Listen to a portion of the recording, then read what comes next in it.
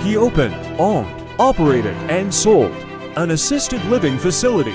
It's Dr. Robert King, founder of Assisted Living University, with more than 1,000 students. Now you're saying, you know what, hold up, I want to change. Please welcome to Mr. Robert.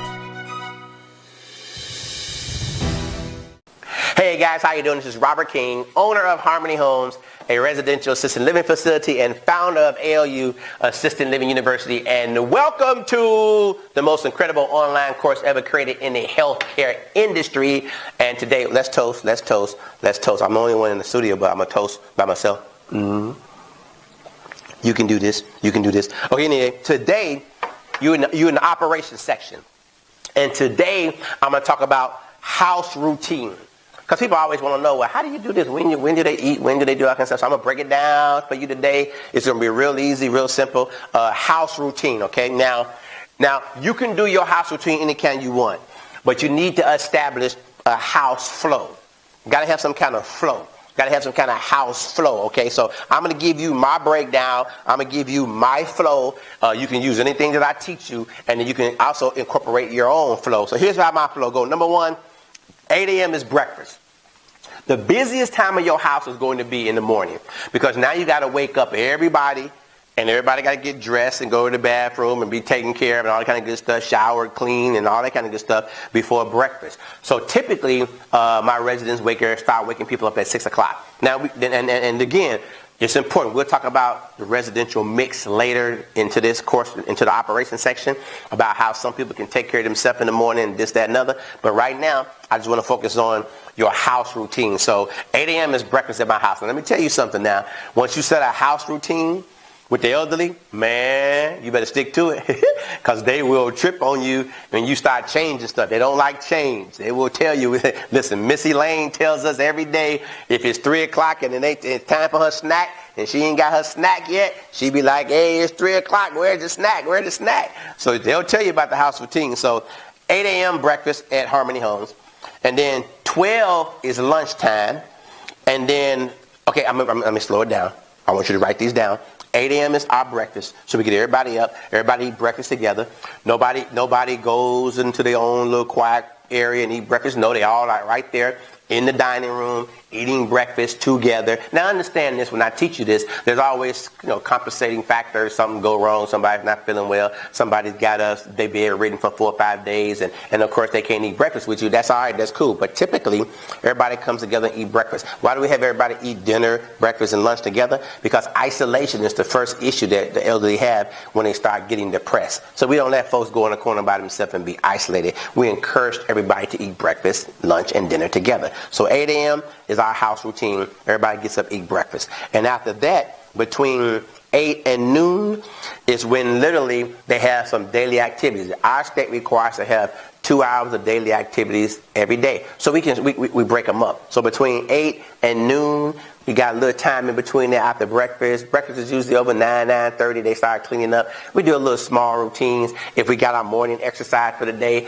we'll do our morning exercise. So you do that. You do little things like that. Some of the residents may be leaving the facility, going on doctor's appointments, going on daycare activities, or a daycare place somewhere else. Whatever the case may be, 8 to noon is when we start to have more activities. Also, we only allow people to come visit around about 10 o'clock. We don't want anybody visiting doing breakfast, no doctor's appointments, no nurses coming in. No, because we got to feed them first. So you get to control that in your house, okay? And then at noontime is lunch. Now, here's what we do. Lunch meal is heavier like dinner. See, the lunchtime meal is sort of like the dinner meal. Here's why. Because at dinner, 5 o'clock, we have a meal that's more like lunch. Because the digestive system on the elderly people slows down tremendously, and it's easier to digest their lunch, the heavier meal at lunchtime throughout the day than wait till 5 o'clock for actual dinner, and then now they go into bed at 7 o'clock, and now you got some issues because they haven't digested their food yet. That's just how we do ours. So at 12, lunchtime, the lunch meal is heavier like it's a dinner meal. That's how we do ours. And then there are snacks in between. They got to have their snacks, 3 meals a day and 2 snacks. So there are snacks in between the two meals, right? And then at 5 o'clock is our dinner time. Dinner meal is lighter, like a lunch. Remember, 12 o'clock is a little bit heavier, like it's dinner. 5 o'clock is lighter, like it's lunch. Y'all see how we do that? Okay. Now, of course, you got to have a dietitian, and you got to have a menu, and you got to have your dietitian sign the menu, and we have all of that. So yes, you got to have that, and you'll get more of that information when we get to the food area, but that's just part of what you have to have. So that's our routine. 8 o'clock breakfast, 12 o'clock lunch that looks like dinner, and 5 o'clock dinner that looks like lunch, and then there's snacks in between. They get 2 snacks a day, and then 7 p.m., most residents in our facility are asleep. That's just how it is. For some reason, elderly people, they don't stay up late. Around about 7 p.m., most residents, almost all the residents in our facility are asleep. They're out. They're done for the night. It's about 7 p.m. And of course, we have showers. You remember, you have to control your schedule, control your house. So we have showers, when we have them, what time we have them. When we have them, we have a schedule on who gets how many showers, 3 showers a day. 3 showers a week. Who gets them, when they get them. We don't shower everybody at the same time. So you got to create yourself a little shower schedule.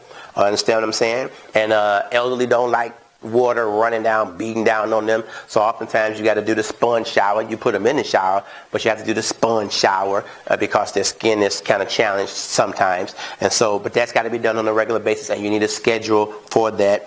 Daily activities have to be done 2 hours a day in the state of Florida. So we coordinate it. Don't have to be all at one time. You could break it up, 30 minutes here, 45 minutes here, an hour here, and you can coordinate different types of activities that you can conduct. Most of the time for the elderly, there's going to be some board games. They don't move a lot. Exercise is going to be real simple mobility stuff.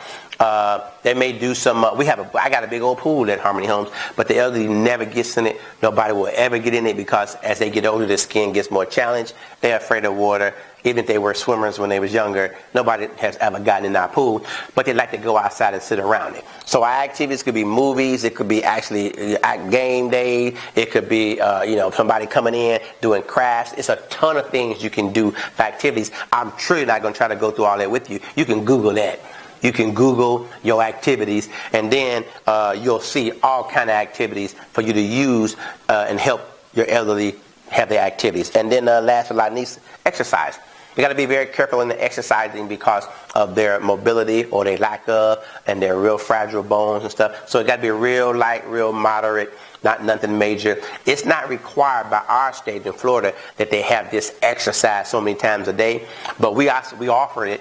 And then if they want to come out in a common area and do a little exercise, there's a lot of fun things you can do for exercise. Like we have this really light ball that they bounce, that they hit around, and that's upward mobility. They just hitting the ball over here, hitting the ball over there, and they do an upward mobility, and that's a little exercise. Those who are in a wheelchair, we do a little turning so they can use their upper body strength. There's a lot of things, again, you can Google that. There's a lot of things that you can use and you can do to give them exercise while they're in your facility. So your house routine has to be decided by you. You have to decide what time is breakfast, what time is lunch, what time is dinner.